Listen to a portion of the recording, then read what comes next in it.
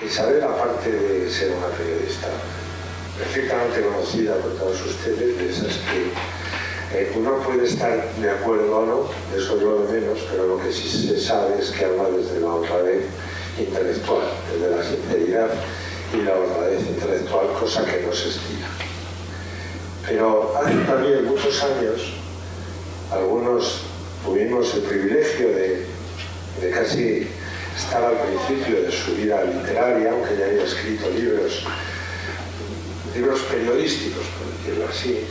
Recordarán todos ustedes El árbol de las nueces y muchos otros. Pero que había una escritora de ficción muy importante, algo que nos tuvimos la dicha de verlo de inicio, y yo creo que ella ha demostrado en estos últimos años, que ya con 8 libros, no los llevo en cuenta, pero que es una narradora espléndida, que es capaz de hacer danzar. Yo siempre he dicho que ella tiene una cualidad literaria increíble, y es la eficacia. Sus novelas son tremendamente eficaces a la hora de llegar y contar lo que quiere contar y lo que logra hacerte sentir. Creo que eso es muy clave en toda su obra. Saben que en los últimos tiempos está enfrascada en lo que es, yo diría que el mundo que a lo mejor más le gusta, porque desde que comenzó la visigoda, pero luego piensen siempre en el mundo astur, cántabro, al otro lado de la cordillera, a lo que ella llama, es una metáfora maravillosa, las montañas de Dios, las murallas de Dios, perdón, que creo que es una metáfora impresionante. Si alguna vez viajan hacia ahí, van en tren, se darán cuenta. Está ahora enfrascada en una larga sala donde nos quiere contar la Reconquista, y la está contando divinamente bien. Ya saben el éxito tremendo que tuvo La Peregrina, luego Las campanas de Santiago, y ya he visto hoy que tiene la portada de su nueva novela, que saldrá el 6 de octubre, creo. Sí, lo sé, porque iba a presentar una cosa y luego posterior cambiar la fecha, y que les diga cómo se llama, pero ya les aviso que está dispuesta a contarme la Reconquista desde que empezó hasta el final. Yo encantado de verlo. Y sin más, les dejo Isabel, porque como les decía, Fernando García Cortázar, que es uno de los grandes de la historia de España, de los grandes historiadores, alguien que ha hecho mucho, que fue también miembro de esta asociación, sobre todo un gran amigo y como persona un hombre de una talla increíble. Pero para eso le dejo la palabra a Isabel. Bienvenida y muchas gracias.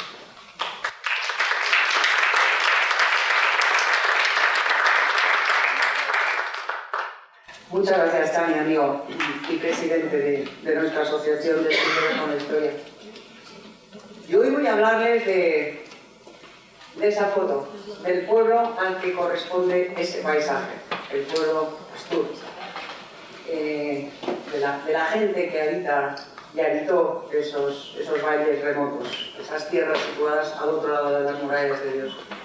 Pero antes, permítanme que comience tributando un homenaje de corazón al gran amigo que fue Fernando García de Cortázar. Él era bilbaíno, como yo no lo soy de nacimiento, pero sí de sangre. Mi padre, mi familia paterna era toda de Bilbao. Él lo era de familia y de nacimiento y de vocación, porque en el brevísimo epitafio que yo le escribí en Facebook, escribía que era un español de Bilbao. Español de Bilbao como lo fue don Miguel de Unamuno, como lo fueron otros muchos, como lo fue mi abuelo, don Vicente San Sebastián, que fue presidente de la Real Sociedad El Sitio, y como otros muchos bilbaínos que resistieron a dos sitios carlistas y manteniendo Bilbao como una ciudad de luz, como una ciudad luminosa, como una ciudad liberal. Fernando resistió con un valor increíble el intento del separatismo, del terrorismo etarra y también del nacionalismo, de someter a los vascos y en particular, en lo que ha tocado a los bilbaínos, pero a los vascos en general, al relato deformado de lo que era la historia de España y la historia del pueblo vasco y del País Vasco. Fernando escribió muchos libros, ustedes los conocen. El más conocido es Breve Historia de España, que prácticamente todos nosotros hemos leído. Si uno quiere hacerse una idea muy breve de la historia de España, se lee el libro de Fernando García de Cortázar y no le sobra nada y no le falta nada, siendo breve y siendo tremendamente ameno, porque Fernando escribía muy bien. Pero yo quiero destacar de él el coraje. Yo conocí a Fernando luchando los dos contra ETA, codo con codo, en varias manifestaciones, en muchas manifestaciones. Lo conocí con escolta, igual que llevaba yo.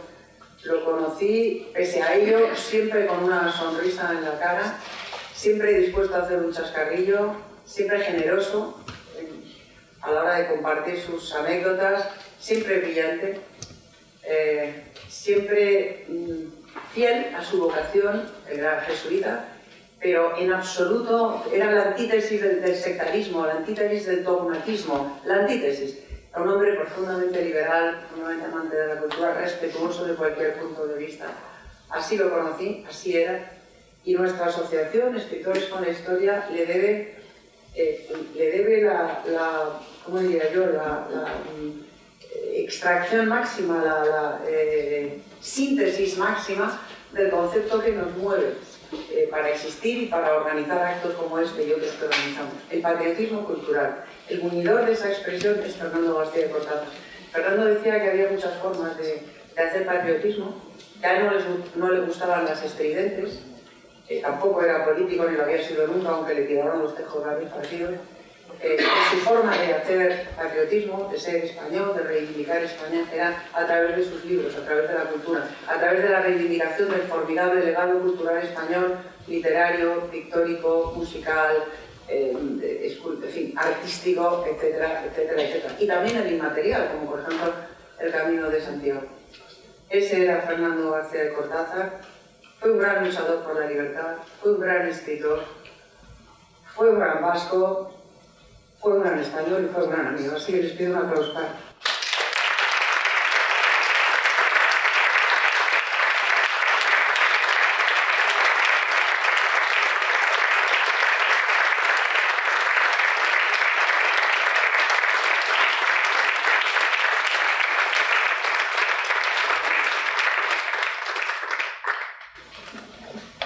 Bueno, y ahora sí puedo, porque uno arrastra esta fama de mujer dura, pero del mismo centro de Bilbao no soy, de las afueras,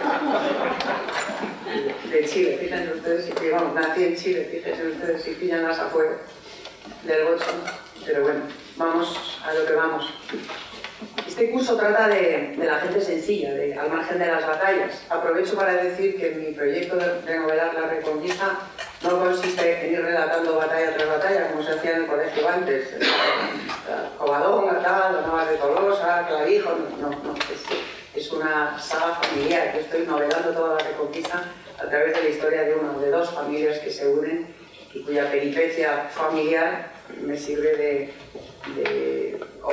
máquina del tiempo en la cual embarcar al lector para contarle toda la Reconquista a través de las aventuras y de la peripecia de estos personajes. Y hoy nos vamos al origen, precisamente al origen de ese proyecto que está en esta novela, Astur. Esta es la reedición que acaba de hacer Plaza y Janés, porque yo la publiqué en su día con las penas. Ahora Plaza y Janés la ha recuperado y la reedita.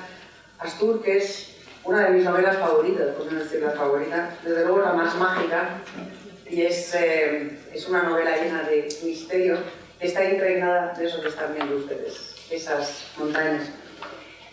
Para explicarles por qué entronca esta historia que les voy a contar, sobre este pueblo que les voy a contar, con la temática de este ciclo de historia y de novela histórica, les voy a contar cómo nació Astur. Cuando yo publiqué La Visigoda, tal vez hayan leído o conozcan la historia, la Visigoda es la historia de una chica, de una muchacha, de un castro, luego lo verán, el castro de Coaña, que es entregada como parte del tributo de las 111 y transcurre la historia en el reinado de Alfonso II, es decir, en el siglo IX, a caballo entre finales del siglo VIII y el siglo IX.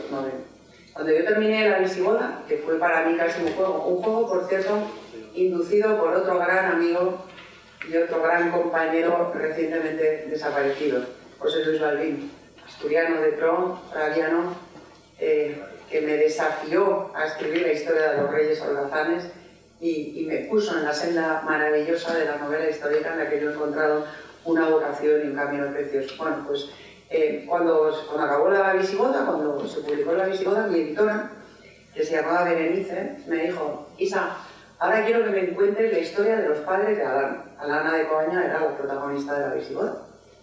Y yo le dije: pero Bere, Alana es un personaje de ficción. Me dijo: pues eso, es un personaje de ficción, es hija de una sacerdotisa de un castro asturiano y de un guerrero godo. Y yo quiero que me cuentes la historia de esos dos personajes, quiero que me cuentes la historia de sus padres. Y yo me tuve que poner a estudiar, a aprender, a recorrer los paisajes de Asturias, sobre todo, y también los de la España goda, concretamente Recópolis, el lugar en el que nace mi personaje masculino, godo Íquira. Recópolis, situada muy cerca de Albalate y de Zorita de los Canes, de donde Chani sitúa su novela actual, Tierra Vieja, preciosa novela que les recomiendo. Me tuve que poner a estudiar y me tuve que poner a impregnarme de tradición y de cultura y de sabiduría popular, porque la historia de este pueblo del que les voy a hablar no está en las crónicas, no hay documentos sobre ella, no hay, o muy poco les contaré, no hay documentos escritos, no fue una región romanizada, ni muy tardíamente, ni muy poco romanizada, ni cristianizada, ni nada. O sea, era una historia que había que trazar, había que rastrear, adentrándose en las tradiciones, adentrándose en la geografía e intentando entender de la mano de grandísimos historiadores como don Claudio Sánchez Albornoz, por ejemplo, cuya historia del Reino de Asturias y todos los demás libros suyos, pero ese en concreto es verdaderamente fascinante. Así que acepté el reto, como había aceptado el de Valdir y escrito la Visigoda, acepté el reto de Bere y me puse a escribir Astur. Y me puse a bucear, como les digo, en ese pueblo, en esa cultura primitiva, en esos primeros godos. De los godos no les voy a hablar porque la historia de la España visigoda es más conocida y a lo mejor Mañas les ha hablado de ella esta mañana. En cualquier caso no me voy a centrar en eso. Me voy a centrar en la madre de Alana de Coaña, es decir, en la cultura Astur. En el pueblo Astur, o Astur cántabro, que se fusionó con el pueblo godo, con los fugitivos godos que huían de la dominación musulmana, pasaban la cordillera cantábrica y buscaban refugio al otro lado, la cornisa cantábrica, y que juntos se fundieron para iniciar la reconquista y la recuperación de lo que había sido el reino visigodo de España, es decir, la España occidental de estirpe romano-cristiano visigodo.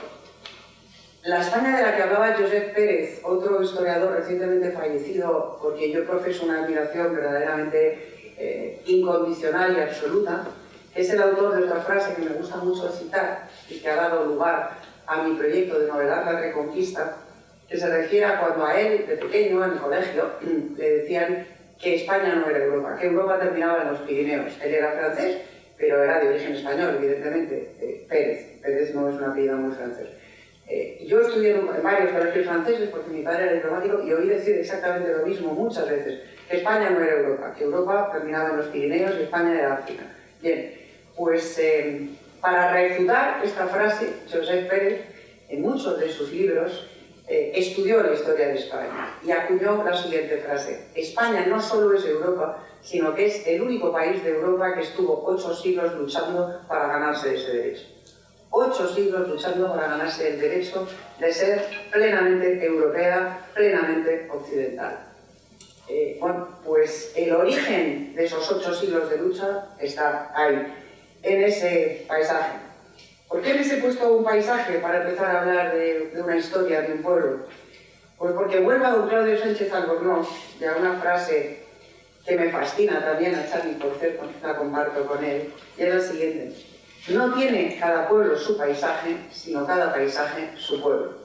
Este paisaje, ahí ven los picos de Europa, este paisaje montañoso, estos valles abruptos, estos bosques, estas montañas, son el paisaje que dio nacimiento al pueblo Astur.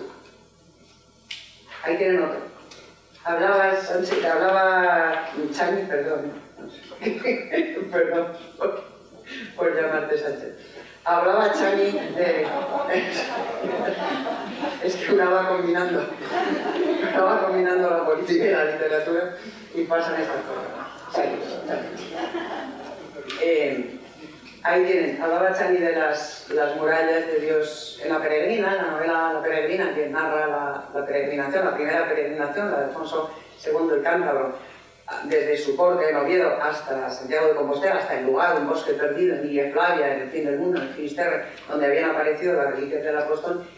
Yo utilizo la expresión murallas de Dios. Chani me preguntó, ¿de dónde has sacado esa expresión? Me dice, pues de aquí, de la cabeza y de lo que veo. O sea, eso es una muralla, y es una muralla que no la ha construido nadie, es una muralla evidentemente natural. Y esa muralla fue la que sirvió de protección al pequeñísimo reino de Asturias durante varios siglos, en el momento más duro de subsistencia de ese reino y de reconquista. Entonces, en ese momento reconquistaban su propio territorio al otro lado de la cordillera e intentaban resistir a feroces acometidas musulmanas.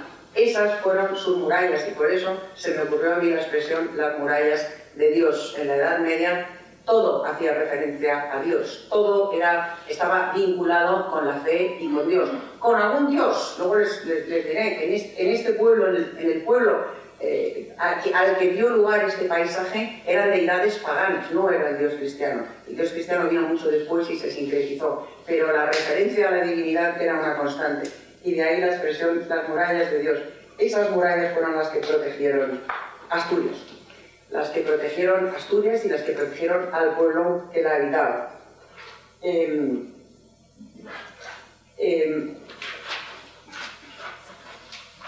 Hasta allí llegaron, como les digo, los godos refugiados y se fusionaron con el pueblo que habitaba esas montañas del que ahora les voy a hablar. Esta es Covadonga, es la cueva, ahí arriba está la pequeña iglesia, y esa es la cueva covadónica, la Covadonga, la cueva donde, según la tradición y según la realidad, tuvo lugar la batalla fundacional del Reino de Asturias y de la nación española. Ven ustedes agua y ven ustedes una cueva.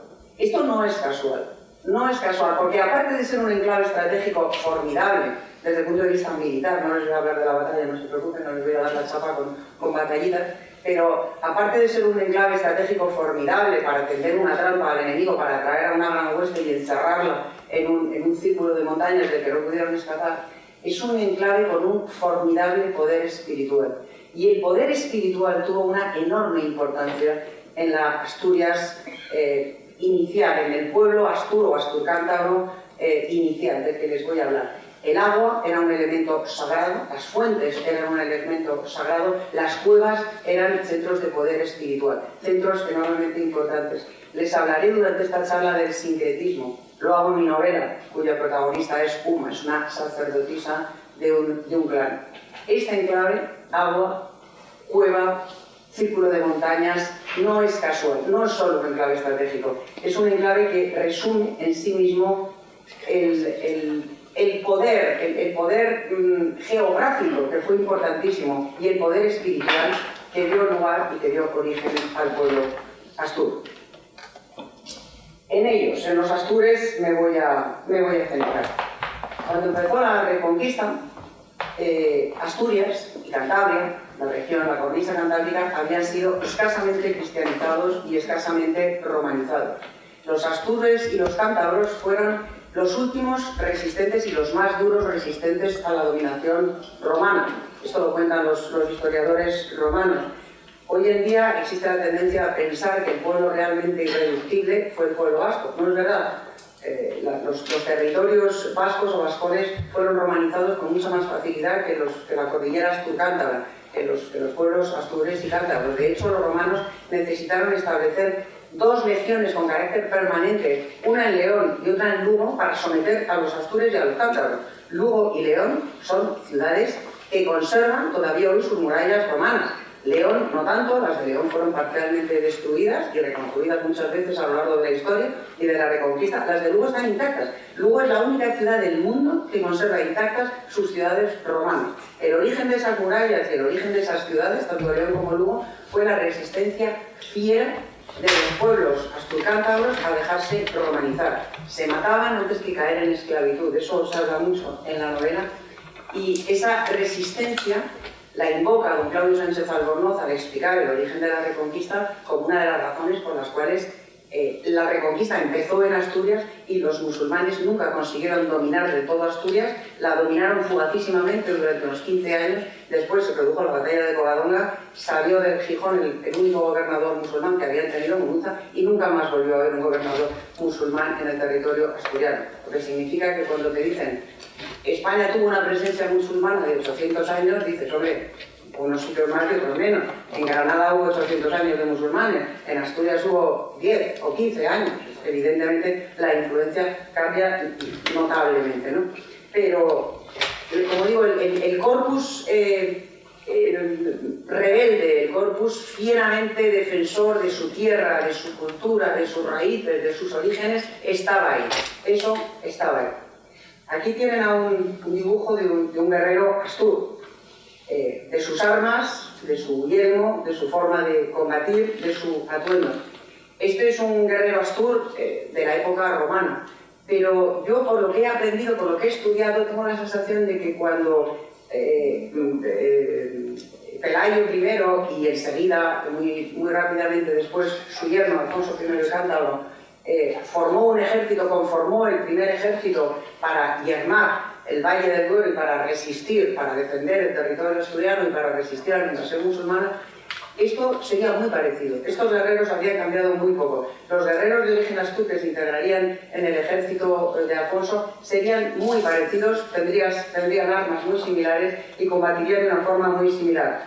Eran honderos formidables, eran guerreros formidables y, como digo, habían resistido fieramente por tradición a los romanos, a los godos también lucharon incansablemente para someter a esos pueblos con escaso éxito, ellos y otros pueblos, como por ejemplo los vascones también, aunque menos, pero en fin, cuando Rodrigo tuvo que enfrentarse a los musulmanes en el Guadalete, llegó tarde y llegó cansado porque estaba combatiendo una rebelión de vascones cerca de Pamplona, o sea que la tradición rebelde venía de muy largo.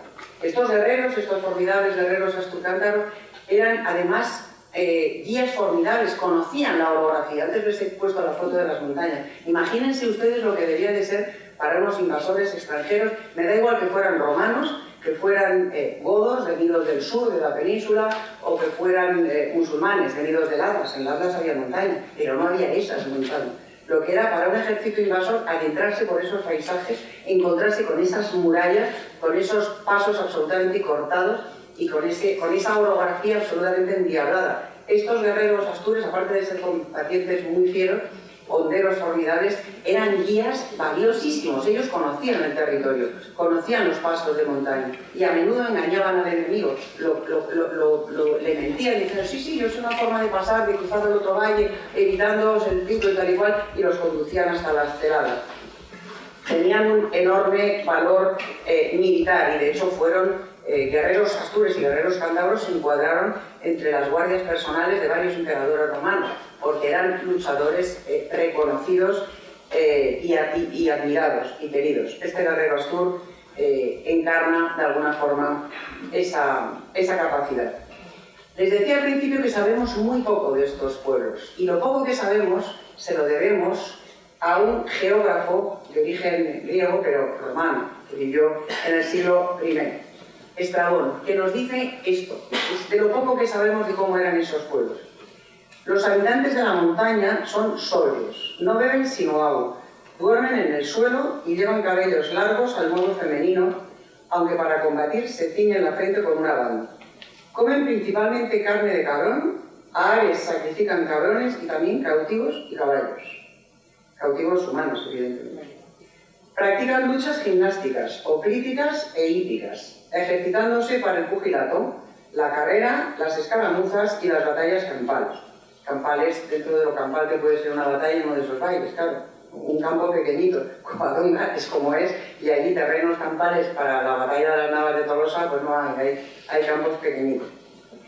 En las 3/4 partes del año, esto es importante, los montañeses no se nutren sino de bellotas, que secas y trituradas se muelen para hacer pan, el cual puede guardarse durante mucho tiempo. Todavía hoy, en Asturias, se cuece pan de escanda, en muchas ocasiones, o pan de trigo y escarnat, que dura fácilmente 10 días. Con la humedad que hay, con el frío, con el calor, dura fácilmente 10 días, todavía hoy. Esto está escrito en el siglo I. Beben cerveza y sidra. Y el vino, que escasea, cuando lo obtienen se consume enseguida en los grandes festines familiares. En lugar de aceite usan manteca. Comen sentados sobre bancos construidos alrededor de las paredes, alineándose en ellos según sus edades y dignidades. Los alimentos se hacen circular de mano en mano. Mientras beben, danzan los hombres al son de flautas y trompetas, saltando en alto y cayendo en genuflexión. Las mujeres bailan también, mezcladas con los hombres, unidos unos y otros por las manos. Los hombres van vestidos de negro, llevando la mayoría el sagún con el cual duermen en sus lechos de paja. Usan de vasos labrados en madera, las mujeres llevan vestidos con adornos florales en el interior. En lugar de moneda, practican el intercambio de especies o dan pequeñas láminas de plata recortadas. A los criminales se les despeña y a los parricidas se les lapida, sacándolos fuera de los límites de su patria o de su ciudad. Se casan al modo griego. Esto les explico, al modo griego es en invierno con luna llena. Los enfermos, como se hacía en la antigüedad entre los asirios, se exponen en los caminos para ser curados por los que han sufrido la misma enfermedad. Antes de la expedición de Broutos no tenían más que barcas de cuero para navegar por los estuarios y lagunas del país, pero hoy usan de bajeles hechos en los troncos de árbol, aunque su uso aún es raro. Su sal es púrpura, pero se hace blanca al moderno. Así viven estos montañeses que, como digo, son los que habitan en el lado septentrional de Iberia, es decir, los astures y cántabros hasta los vascones del Pirineo, todos los cuales tienen el mismo modo de vivir. Esto escribió Estrabón en el siglo I. Yo tengo para mí en el siglo VIII, cuando se produjo la invasión musulmana, esto había cambiado muy poco. ¿Por qué había cambiado muy poco? Pues porque, como les explicaba antes, la penetración romana fue tardía y fue escasa. Se impusieron los romanos a base de siglos y siglos de lucha y de represión durísima. En la novela lo cuenta la guardiana de la memoria, es una mujer que transmite oralmente la memoria colectiva de generación en generación. La transmisión oral es muy importante, porque hasta época muy reciente, sobre la historia de los astures había esto que les he leído de Estrabón, y para de contar, y no había más. Es decir, que para conocer cómo viven estos pueblos, para escribir mi novela, yo tuve que recurrir a la tradición que todavía hoy se mantiene en Asturias, que es mucha, todavía hay muchas de estas tradiciones que se mantienen, ahora les contaré alguna, y a la transmisión oral, a lo que se transmitió de boca a oreja y de oreja a boca durante siglos. Y como estoy convencida de que esta labor la hicieron más las mujeres que los hombres, ¿y por qué estoy convencida de ello? Pues porque todavía hoy las mujeres hablamos más que los hombres en general, y contamos más cuentos a los niños que los hombres en general, y hace unos años todavía más.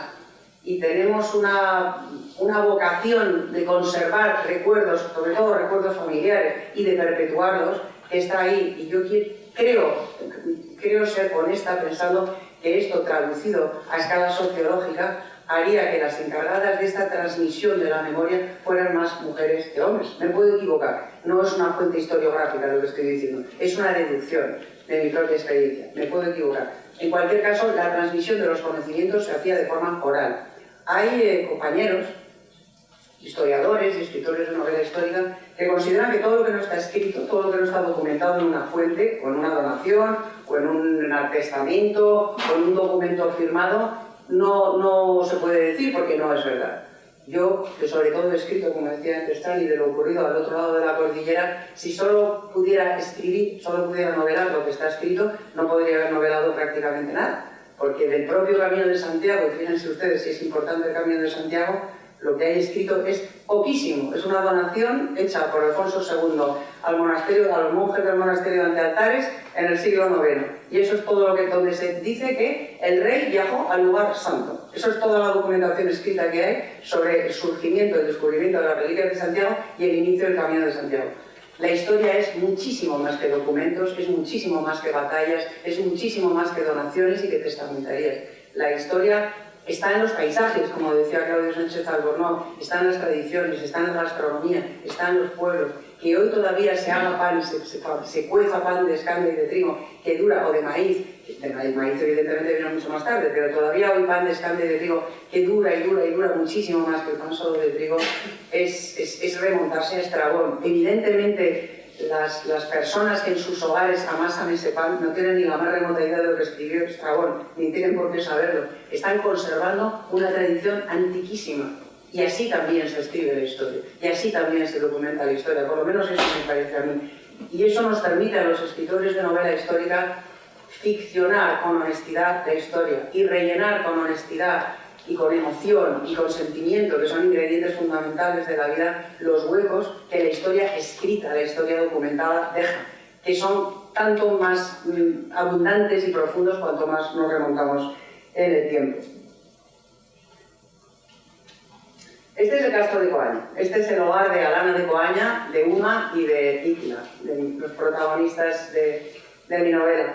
Si han visitado ustedes este castro o algún otro de los varios que jalonan la geografía galaica y asturiana, sobre todo en el occidente de Asturias, verán que un castro es un enclave muy especial. Estaban situados en lo alto de riscos, de colinas, estaban muy bien defendidos, con murallas y con sistemas defensivos mucho más ingeniosos incluso que las murallas. Tenían trampas de piedras afiladas escondidas bajo la hierba y perfectamente disimuladas. Tenían fosos muchas veces. Eran auténticas fortificaciones construidas por los pueblos astures para defenderse fundamentalmente de los romanos. Cuando los romanos lograron por fin someter a los pueblos levantiscos, les obligaron a abandonar sus castros y a bajar a vivir a los valles para dominarlos con mayor facilidad. Pero el registro arqueológico excavado en varios castros, entre otros este de Coaña, ha permitido hallar restos de cerámica, restos de monedas y otros restos que permiten deducir que después de la caída del Imperio Romano y en el tiempo extremadamente convulso que siguió a esa caída del Imperio Romano, los 200 años aproximadamente de invasiones bárbaras, de sucesiones de guerras, etcétera, etcétera, que siguieron a la caída del Imperio Romano, los castros volvieron a poblarse.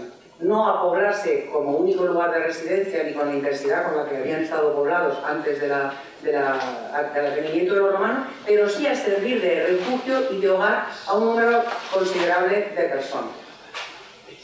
Mi novela Astur empieza en el siglo VIII, en el año 700 y pico.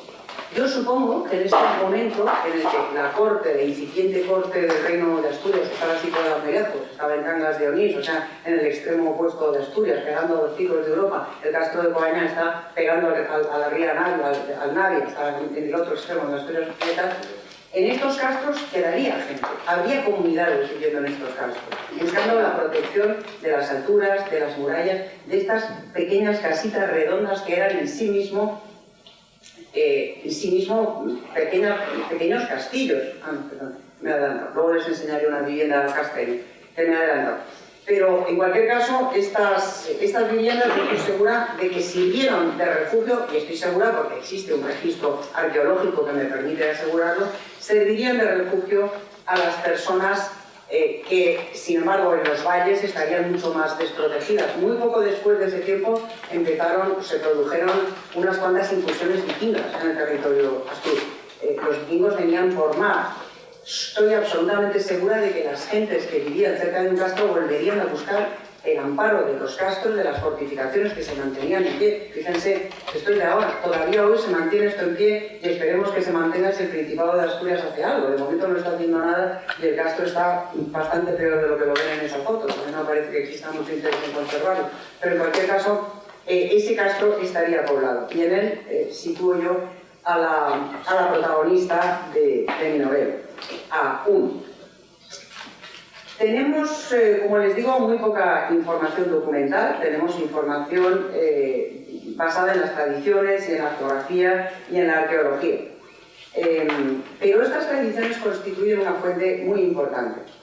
Suponemos que vivirían de un modo muy parecido estas personas a como lo habían hecho sus antepasados, comerían muy parecido. Todavía hoy, en algunas aldeas, en Asturias, en el norte, existen sosas. Las sosas son unas especies de depósitos de piedra grandes donde se conservan las castañas.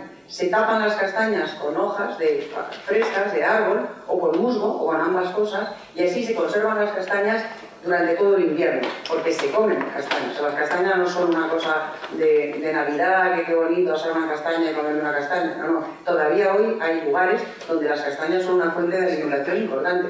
En el siglo VII, VIII, las castañas y las bellotas formaban parte de la dieta absolutamente, porque Asturias era un territorio muy pobre, y lo sigue siendo en gran medida. Luego prosperó fugazmente con el carbón, que ya ha desaparecido, con lo cual esa prosperidad ha desaparecido, pero era un territorio muy pobre.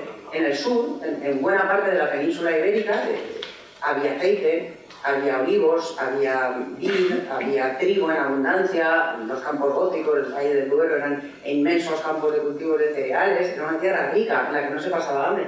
En Asturias no había nada de todo eso. En Asturias prácticamente no había trigo, no había aceite, no había cereales. La base de la alimentación eran, pues eso, las castañas, las bellotas. Había ganado, pero el ganado había que mantenerlo, no te podías comer la vaca porque entonces no daba leche y no podías hacer queso. Es decir, que era un territorio, y todavía lo es en gran medida, pobre. La estructura familiar, esto lo sabemos, y lo sabemos también por Estrabón, y esto es muy importante y explica por qué la protagonista de mi novela es una mujer de poder en un castro, no solo que ostenta poder espiritual y poder de sanación, sino poder político. La estructura familiar era en gran medida matrilineal. La mujer heredaba y era propietaria. Estrabón nos lo cuenta también al decirnos que entre los astures el hombre dotaba a la mujer. En otros lugares de tradición romana era lo contrario. Las hijas heredaban y eran las que daban esposa a sus hermanos. Esto es muy importante. Las hijas eran las que heredaban y daban esposa a sus hermanos. Y aquí les explico el porqué de esta foto. Esta es la reina Adosinda, que está vestida como si fuera una princesa bizantina. O sea, no tiene nada que ver con cómo estaría vestida de verdad, pero bueno, hay que respetar la libertad de creación del artista, que la ha pintado así. Esta es la reina Adosinda, es decir, la nieta de Pelayo, que transmitió la legitimidad dinástica a su sobrino, Alfonso II el Casto, porque ella no había tenido hijos, aunque su esposo, Silo, sí había tenido por lo menos un hijo bastardo que sepamos, llamado Adelgaster. Esto es muy importante. En un entorno patriarcal, como se dice ahora, es decir, en un entorno de transmisión masculina del poder por la vía masculina, el paradigma es la cultura musulmana, donde lo único que importaba era la sangre del padre. Los califas o los emires tenían hijos con sus concubinas que heredaban el poder, fueran hijos de una esclava o no lo fueran, daba igual, porque la única sangre que importaba era la suya. Pues aquí era lo contrario. Aquí era la mujer la que transmitía el linaje, y la mujer la que buscaba esposa a su hermano, y la mujer la que recibía dinero, una dote por parte de su marido para que éste adquiriera el derecho a que fuera su mujer. La mujer tenía poder en Asturias, y esto lo subrayo porque existe una cierta interpretación de la historia contemporánea según la cual las mujeres hemos estado sometidas al yugo heteropatriarcal desde el origen de los tiempos, en la época de los griegos, hasta hace 3 días que vino Irene Montero a liberarnos. Durante todo ese tiempo hemos sido víctimas. Así os ha venido, ¿ves? Pues hasta esta mañana estábamos sometidas, y ya esta mañana afortunadamente ha venido a liberarnos y ya podemos... En fin, esto es mentira. O sea, esto es sencillamente falso. Lo que estoy diciendo es que esta asunción de que la mujer ha sido víctima de opresión y de que ha regido el heteropatriarcado durante toda la historia es falsa. No es verdad. No es verdad. Y estoy hablando del pueblo astur, o de los pueblos asturcántabros, cuya historia, aunque muy poco documentada y muy mal conocida, demuestra que eso es falso. La mujer en Asturias tenía poder. Tenía poder de transmisión de la legitimidad dinástica, tenía poder en sus comunidades, tenía poder para casar a sus hermanos, tenía poder para ejercer poder político. Y esto no es hablar de política, es hablar de historia y es hablar de antropología. que es lo que he venido a hablar. Y si a usted le ha molestado un pequeño chascarrillo, le pido disculpas, era un pequeño chascarrillo. Pero es una opinión muy extendida la del machismo imperante en todas partes durante toda la historia. No es verdad, sencillamente no es verdad, no responde a la verdad. Y por eso cuando a mí me dicen que mis novelas son extemporáneas y que son anacrónicas porque mis protagonistas femeninas... No, mis protagonistas femeninas son perfectamente coherentes con su entorno histórico y con su entorno geográfico. Y esto todavía hoy en Asturias se ve. En Asturias y en Cantabria en cierta medida, y también en la cornisa cantábrica, en el País Vasco, en Navarra, las mujeres siempre han tenido poder. ¿Por qué? Pues primero por esta línea cultural de herencia, de tradición, que en cierto modo se ha mantenido. Segundo, porque son lugares donde los hombres a menudo no estaban pescando. Después, a partir del siglo XIX, se iban a la emigración, desaparecían. ¿Quién se hacía cargo de la familia? ¿Quién se hacía cargo de la casa? ¿Quién se hacía cargo de la despensa? La mujer. Todavía hoy, en las aldeas, en Asturias, la llave de la panera, de la despensa, del hórreo, la tiene la mujer o su suegra, o la abuela, que vive en casa. Y todo esto es importante, porque todo esto explica la historia. Porque esta mujer transmitió su heredad, su linaje, a su sobrino. Su marido, que era un jefe de clan de Pravia, de la región de Pravia, donde después se instaló la segunda capital del reino de Asturias, la primera fue Cangas de Onís, la segunda fue Pravia, su marido sí tenía un hijo llamado Adelgaster, pero este acabó en un monasterio, de monje en un monasterio. Quien heredó el poder, la legitimidad dinástica para ser príncipe, porque entonces no había reyes todavía, después él se haría coronar rey por primera vez, fue Alfonso II, sobrino de esta mujer, y fue ella la que transmitió el linaje. Y esto tiene muchísima importancia histórica, y tiene muchísima importancia para comprender el devenir de la nación española, y el origen de la nación española, y el por qué ocurrieron ciertas cosas. Y repito, si a alguien le ha disculpado el chascarrillo, lo siento, pero he venido aquí a hablar de historia, no de política, y es lo que estoy haciendo. Como les digo, hasta hace no mucho tiempo, ciertos rasgos considerados como manifestaciones de matriarcado se han conservado en territorio astur. Uno de ellos es la costumbre de la covada, que consistía en que la mujer daba a luz y seguía con sus labores diarias, mientras que el hombre se quedaba en la cama al cuidado del recién nacido. Hay quien entiende que la costumbre de la covada es una costumbre profundamente machista. Pero qué jeta, o sea, ella da a luz y él se mete en la cama y ella se va a trabajar. Pero qué jeta, qué machismo. Bueno, no es una costumbre machista la covada. La covada, antes al contrario, era una forma de vincular, hasta época, como digo, no muy lejana, de vincular al hombre con la criatura recién nacida. Porque a diferencia de lo que ocurría en la cultura musulmana y en buena medida en la cultura romana, donde se consideraba que la única sangre que importaba, la única herencia que importaba era la del padre, en las culturas matriarcales, matrilineales como la asturiana, lo que era seguro era que ese hijo era hijo de esa madre. Que fuera de ese padre o no, era dudoso. Lo que era seguro era que era de la madre, que era la que lo había llevado dentro y la que lo había parido. Y la forma de vincular a ese ser con su padre era la costumbre de la covada. Eso es lo que simbolizaba la covada, una forma de vincular a esa criatura con su padre, con su otro progenitor. Y esta costumbre, como digo, se ha mantenido hasta hace no mucho tiempo y es justo la antítesis del machismo. Es una forma de reconocer el papel prioritario de la mujer y de vincular a la paternidad al padre. Aún hoy en Asturias ese matriarcado es evidente. Como les digo, en ausencia del hombre, pues las mujeres gobiernan la casa, la hacienda y los hijos tienen la llave de la panera. La heredera, o mairaza, como se dice allí, es a menudo una mujer si es la primogénica entre los hermanos. Y todo el mundo trabaja por igual y a nadie se le ocurre discutir que una mujer tenga menos derecho a heredar porque sea mujer, en absoluto, al revés. De modo que todo esto es muy importante. Y es muy importante para entender en qué medida la mujer contribuyó a esa fusión entre el pueblo godo y el pueblo astur o el pueblo astur-cántabro que dio origen a la nación española o a la nación española, a la vocación, digamos, occidental, cristiano-romana de la nación española. La contribución de la mujer fue muy importante. Aquí tienen una vivienda castreña.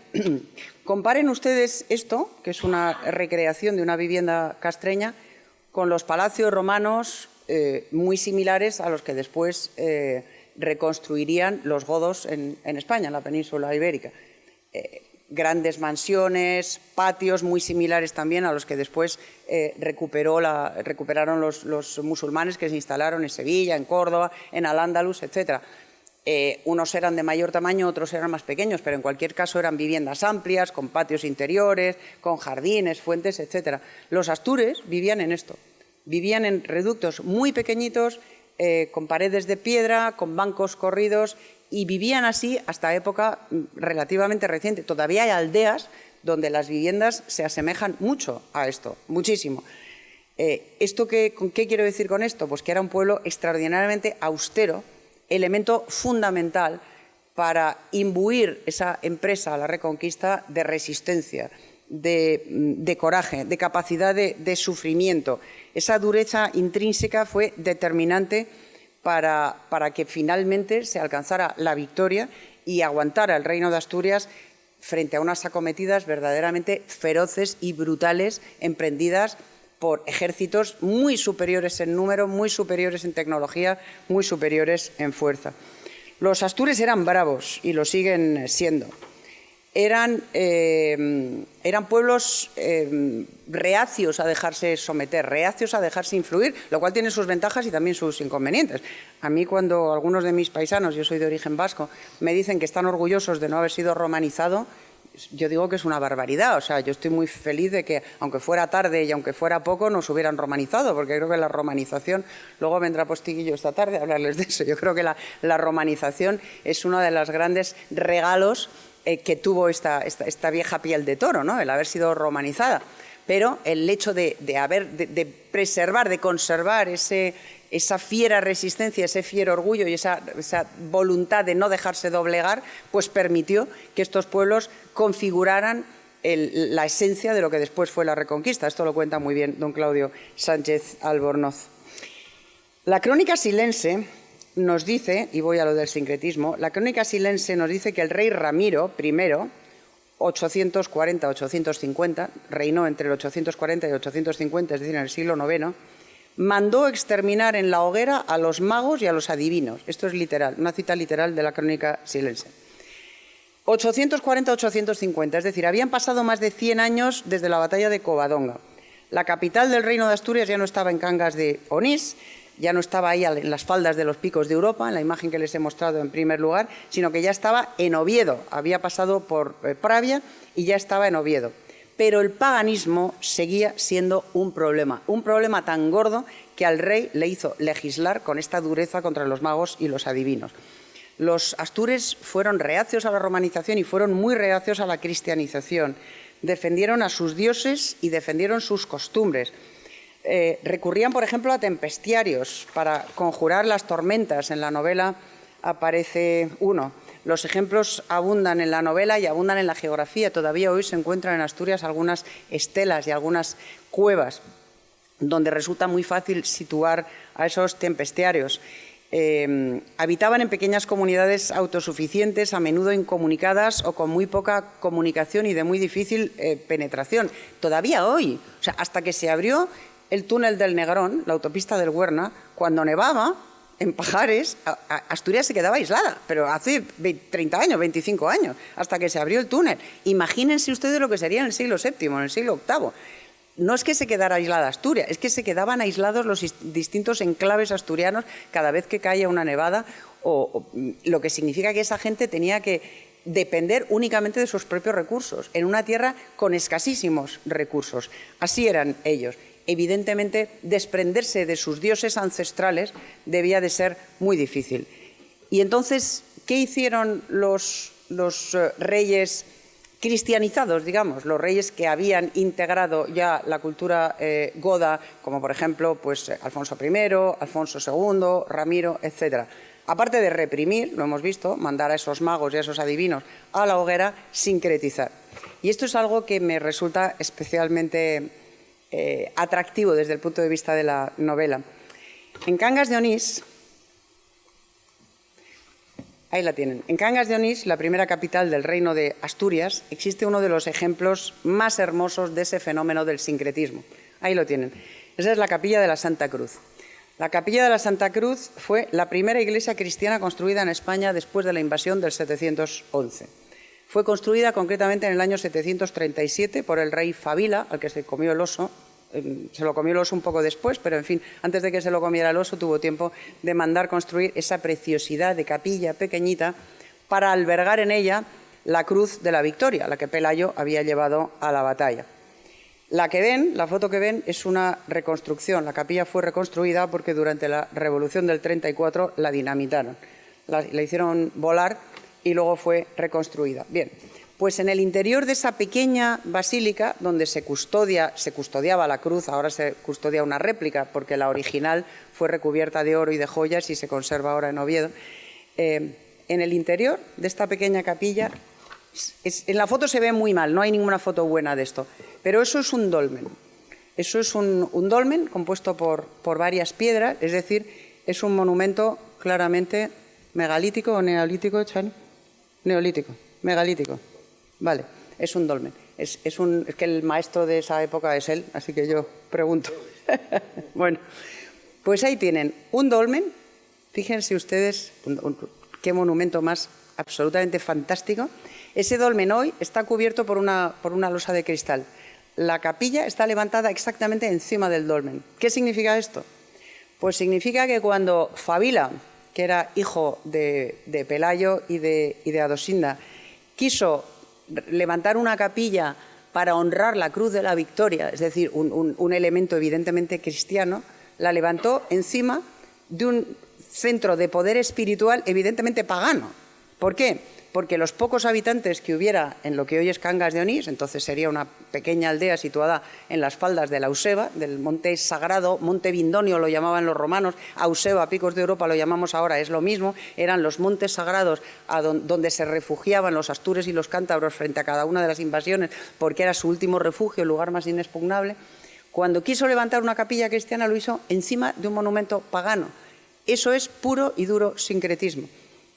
Había que vincular el poder de los dioses ancestrales con el poder del nuevo Dios. Había que conseguir que las gentes que se reunían en torno a ese dolmen para invocar a las fuerzas ancestrales se reunieran en el mismo sitio para invocar al Dios cristiano. Y este sincretismo evidentemente configuró la personalidad de Asturias y la configura todavía hoy. El pueblo primitivo astur confiaba en esos lugares poderosos donde las piedras ancestrales atraían a los espíritus. Y levantando iglesias encima de esas piedras se conseguía que ese poder se fundiera, el poder antiguo se fundiera con el nuevo y que los lugareños no rechazaran a los nuevos dioses, sino que de alguna forma los sincretizaran, los convirtieran, los trascendieran y los convirtieran en un mismo poder espiritual. Pero yo me pregunto, ¿en qué momento se produciría la transición entre rezar al dios Sol o a la diosa Luna, a la deidad femenina, a la Luna, a la madre o al padre, de una forma racional?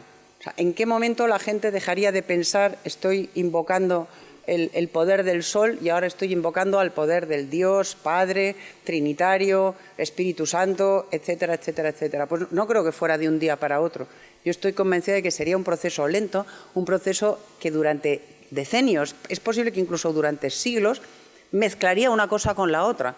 Mucha gente seguiría rezando a la Virgen pensando que estaba rezando a la Madre, o seguiría rezando a Dios pensando que estaba rezando al Sol, al Padre, es decir, ese sincretismo entre deidades paganas y deidades cristianas se haría de una forma gradual.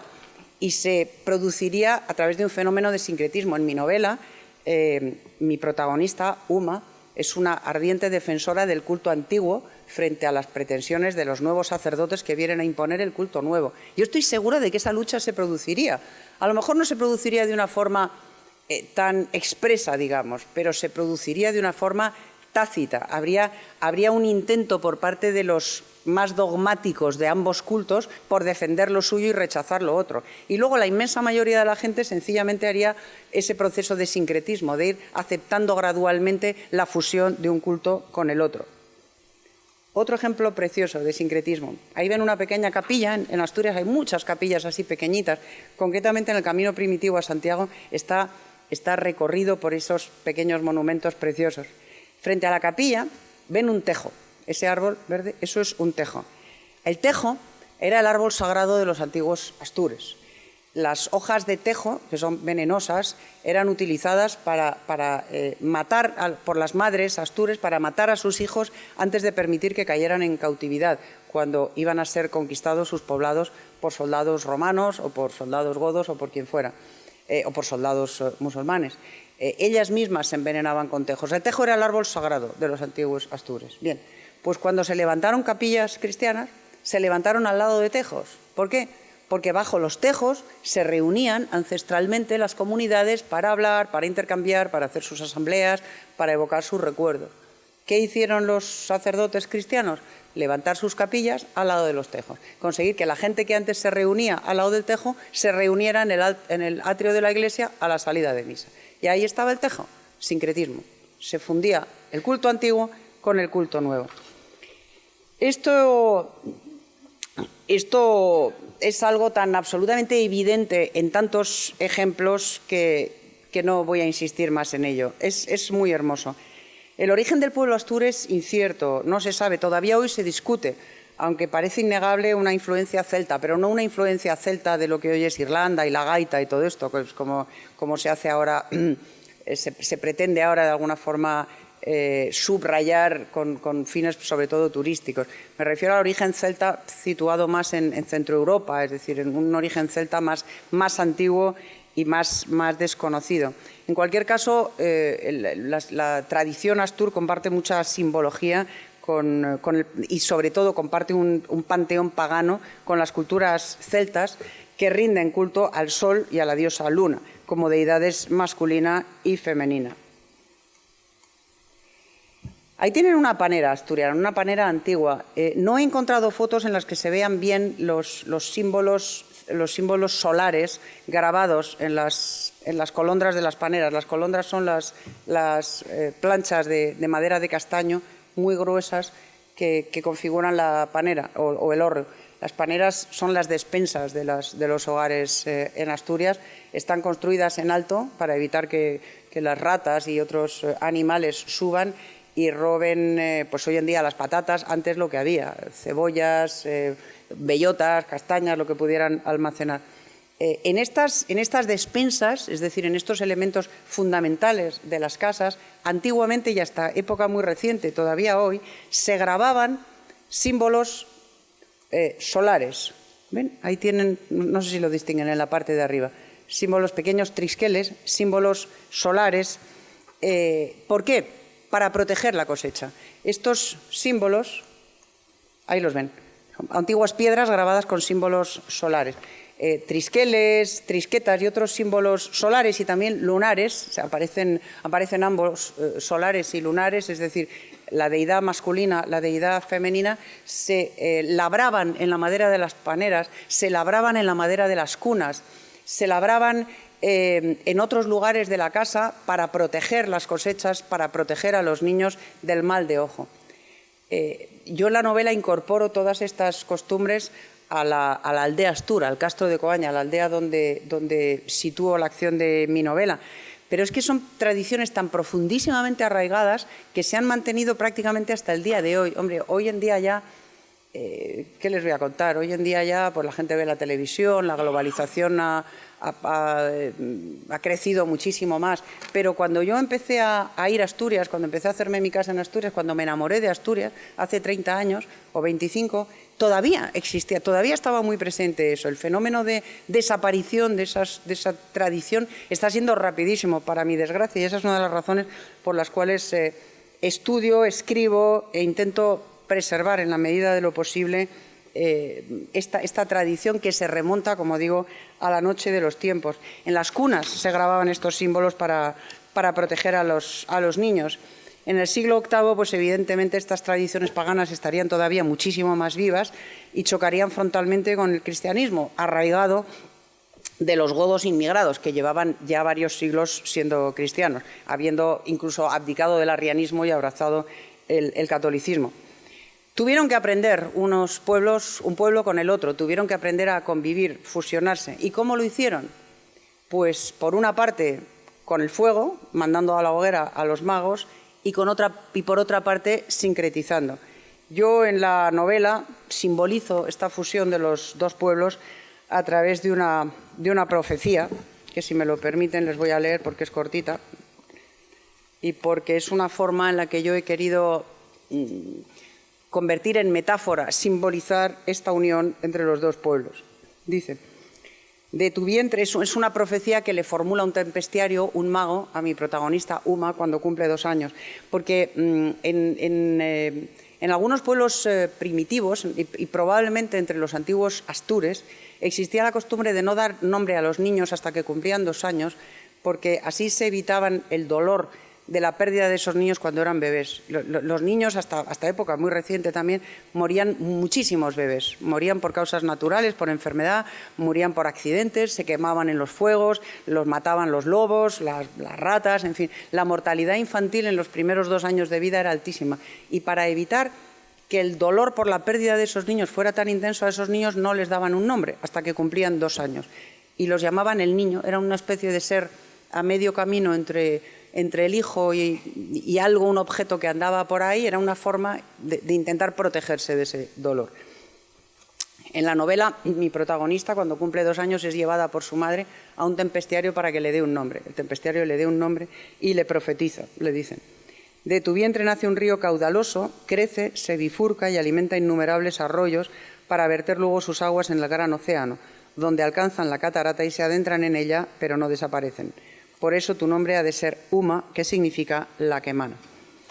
¿Qué significa esta profecía? Pues significa, simboliza, es muy evidente, no me van a dar ningún premio a la elaboración abstrusa.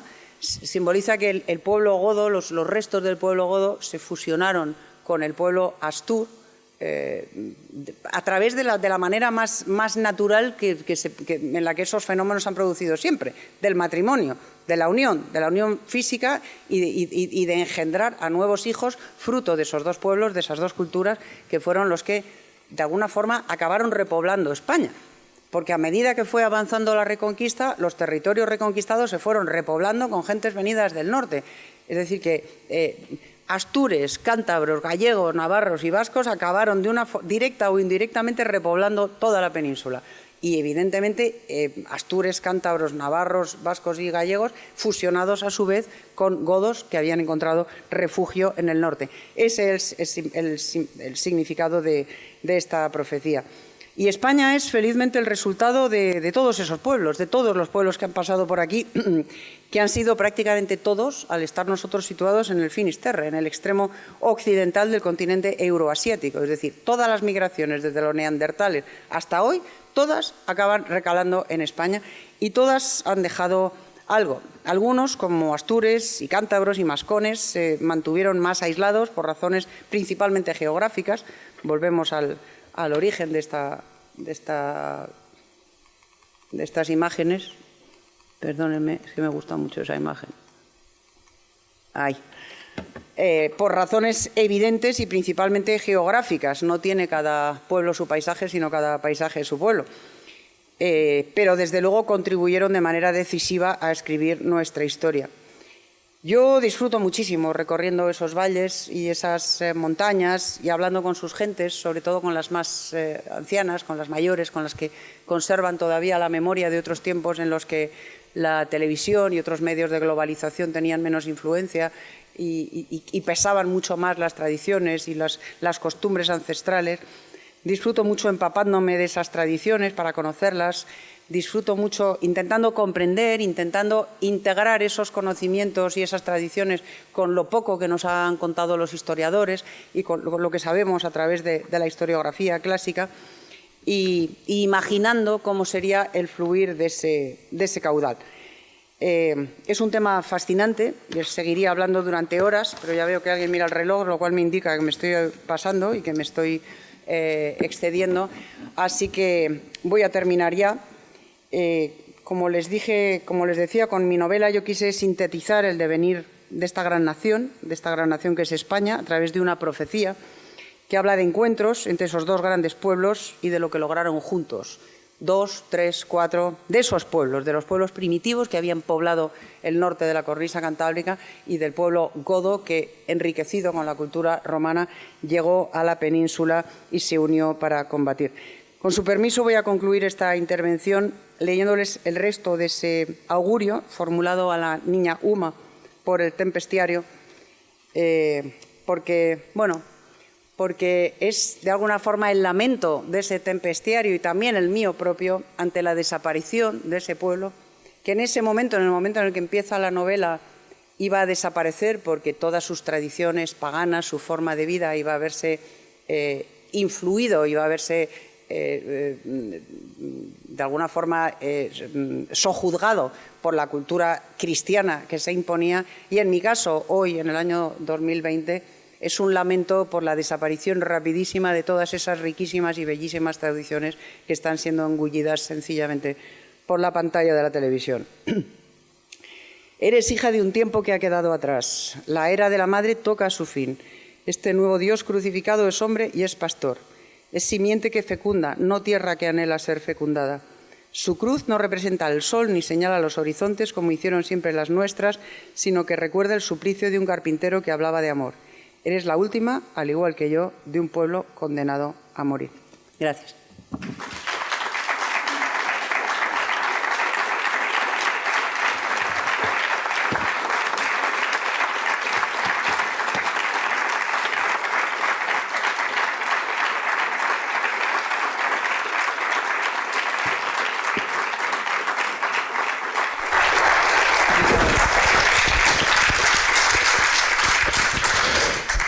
Hola, cuando estabas hablando de sincretismo, verás, me ha venido a la cabeza algo que yo viví no hace tanto.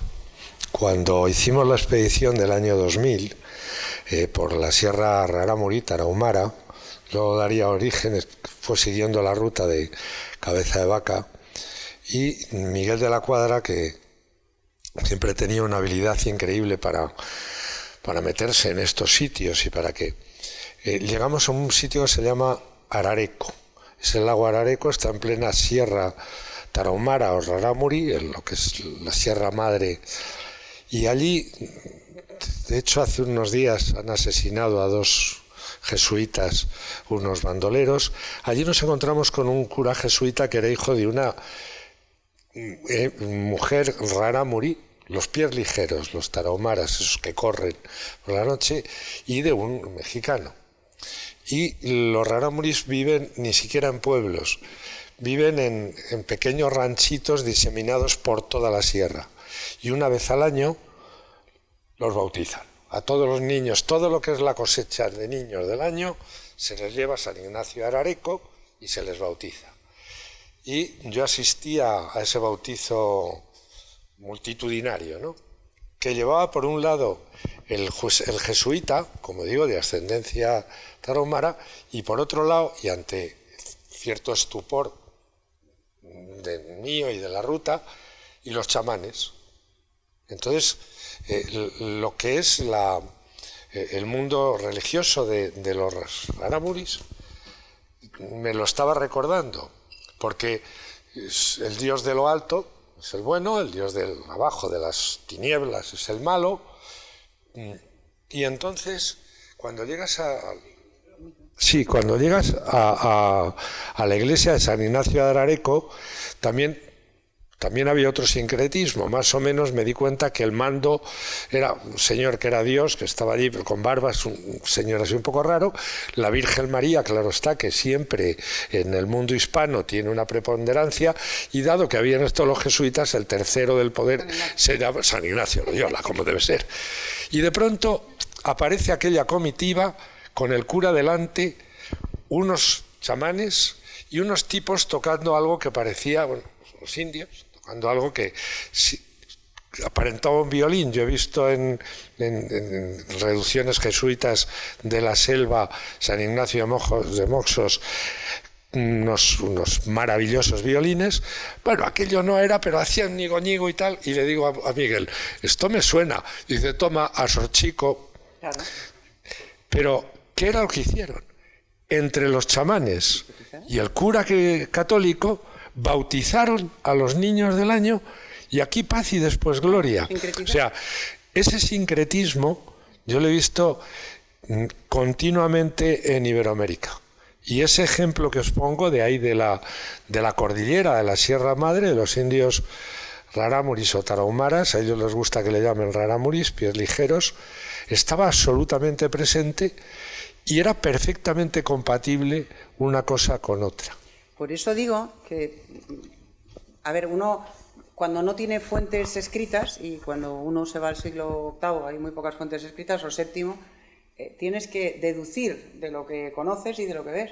Y el sincretismo ha sido una forma de cohabitación entre distintas religiones siempre, siempre.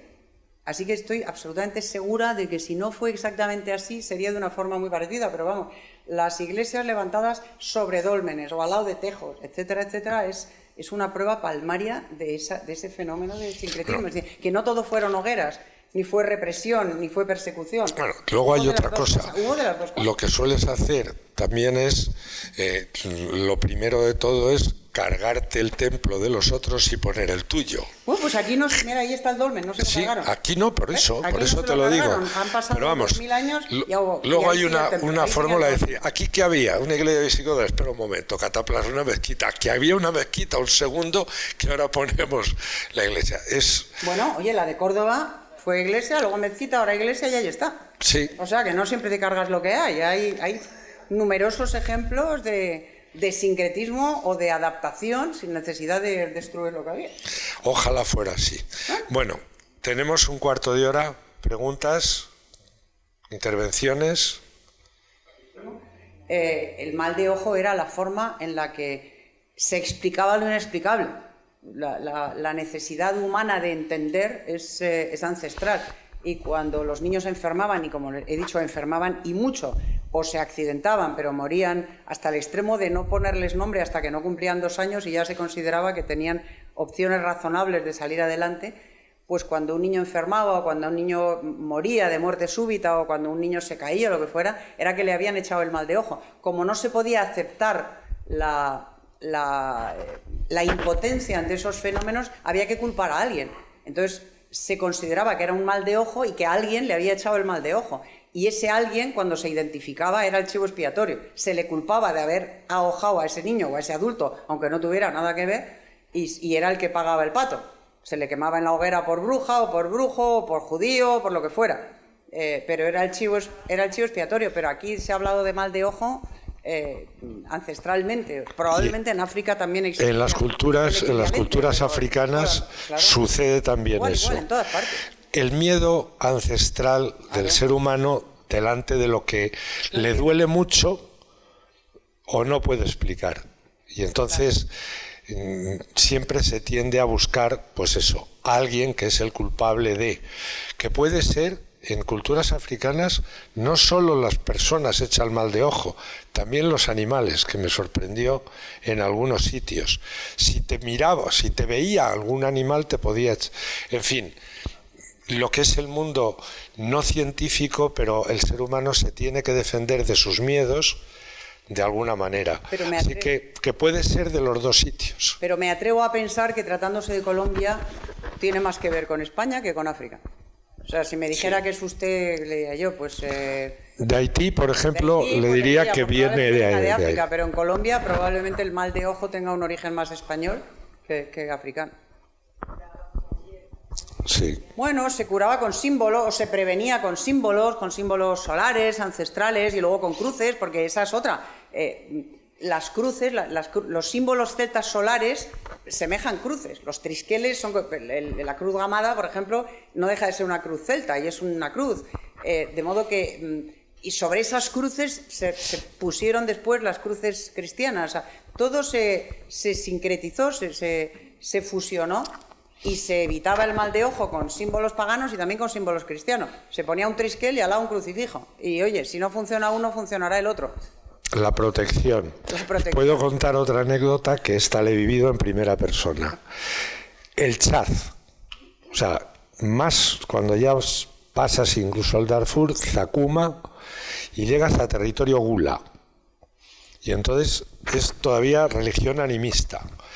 Por un lado hay musulmanes, pero también impregnados de la religión animista, cristianos impregnados de la religión animista y tal, y Y bueno, y un tipo que venía conmigo, un tal Arzuaga, para que nos dejaran subir a la montaña sagrada de los Gulas, que se llama Tari, porque es donde se defendieron de los esclavistas islámicos árabes, dijo que yo tenía poderes. Sí. Se les voy a contar por qué. Porque me dijo Arzuaga, claro, yo me daba cuenta que la gente me señalaba los ojos. Y es que no habían visto a un tipo con los ojos claros, o les extrañaba. Y Arzuaga, que aprovecha cualquier para que nos dejaran subir a la montaña, dijo, este tiene poderes. Así que tuve poderes unos días. Y entonces me hice bastante famoso entre algo. Y entonces me regalaron un grigri. Un grigri es una cosa que se lleva al cuello, que es un amuleto que te protege. Y le dije a mi guía, que era Ali, que era musulmán pero animista, y entonces le dije que uy, sí, es muy poderoso, y que lleva, pues no sé, huesos de guerrero machacao, vete tú a saber, al cuello. Y alguien dijo, jope, qué cosa, fíjate que... Y dije, vamos a ver, el grigri y el amuleto lo hemos utilizado hasta hace nada. ¿Saben ustedes que en la guerra civil se llevaba lo que era el detente bala? Hombre, claro. Un escapulario, cualquier cosa.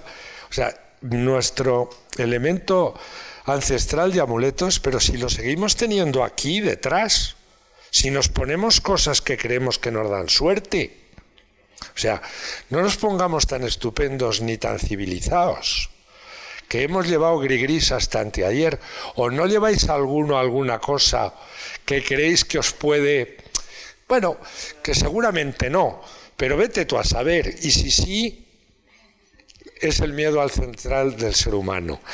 Yo, la verdad es que me sentí muy poderoso teniendo poderes, pero me duró muy poco. Algunos. Por ejemplo, Arabo está en la tradición Astur, está en algún pacto de amistad y tal. Pintayo, que también es otro nombre que aparece en la novela, está en la tradición Astur.